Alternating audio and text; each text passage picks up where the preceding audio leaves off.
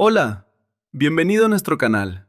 Hoy le mostraremos cómo hacer una copia de un archivo de vocabulario para que pueda personalizarlo de acuerdo con sus necesidades.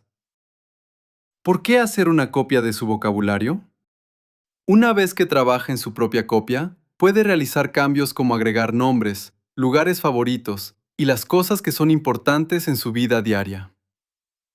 Para este video, usamos Unity AAC para la demostración.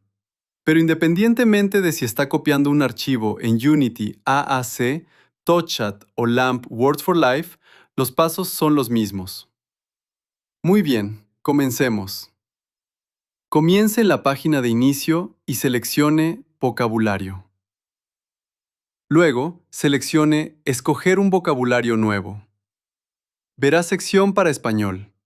Busque el archivo de vocabulario que desea copiar y selecciónelo. A continuación, seleccione Personalizar.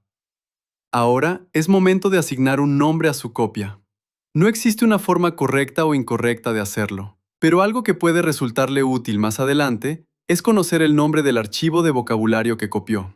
Algunas personas hacen lo siguiente.